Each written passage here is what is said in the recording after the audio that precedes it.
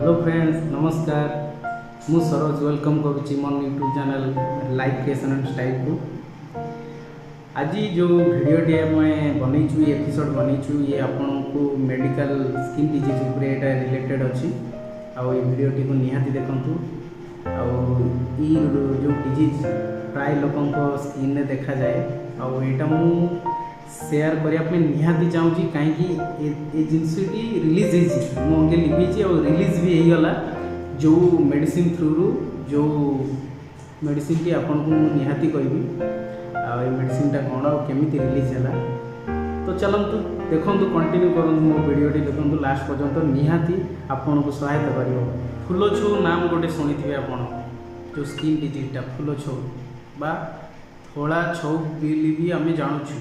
बहुत लोकों मतलब स्किन रे डिजीजटी देखा जाए मैक्सिमम लोक यहाँ को कौन भावती यहाँ भगवान को प्रदान बहुत अंधविश्वास चले केमती कौन भगवान द्वार हुए मेडिसिन भी बहुत लोग डॉक्टर रेफर करके बहुत मेडिसिन खाती बहुत पैसा खर्च करती मुझे आज एक छोटिया जिनसटी कहबी आपन को जोटा कि भावुची रिलीज हो पार आपन को प्रारंभ स्टेज रे लगेले तो बहुत जल्दी रिलीज हो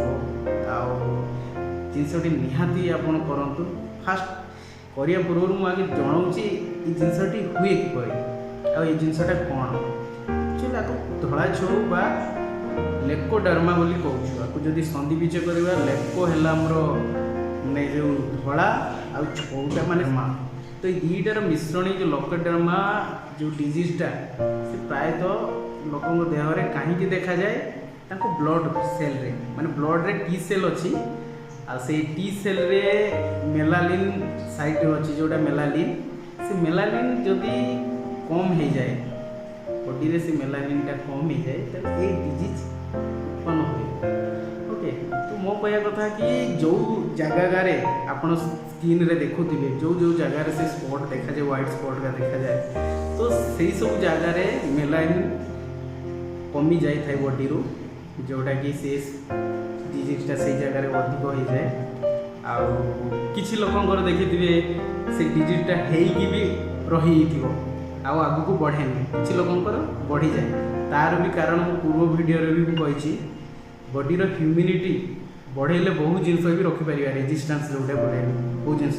से भाया जार रेजिस्टेंस वातावरण देकी जदि रेजिस्टेंस तार बढ़ी जाऊँगी तो तार से डिजीजटा रही जाऊँगी। तो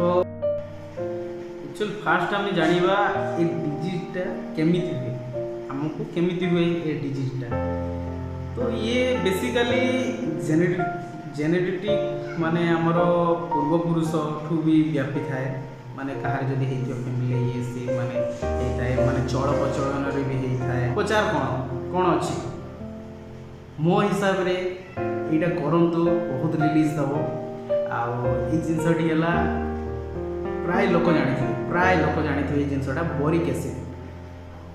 एसिड ये भाया पाउडर जोटा कि कमनली लोक मैंने जो कैरम फेरम बोर्ड रे भी खेलुंट आपड़ से प्रायतः आमर जो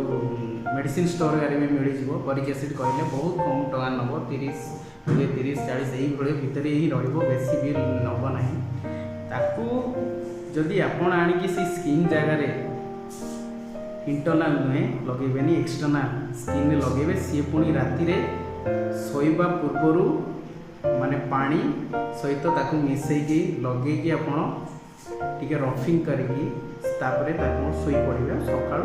जमी स्किन गाधौंट धोई दिंतु आई जगह स्किन उपरे टिके साबुन लगेबा ना से जगह साबुन तेल यूज करेंगे ना आईटा मो हिसाब से कहे गोटे हफ्ता माने गोटे सप्ताह यूज करूँ आपन को रिजल्ट आपन को निजे मिल आपन भावुन जदि रिजल्ट मिल प्लीज कमेंट करेंगे शेयर करेंगे सब्सक्राइब करेंगे मो चैनल को ताकि मुझे वीडियो आपन को देख पारि। नमस्कार।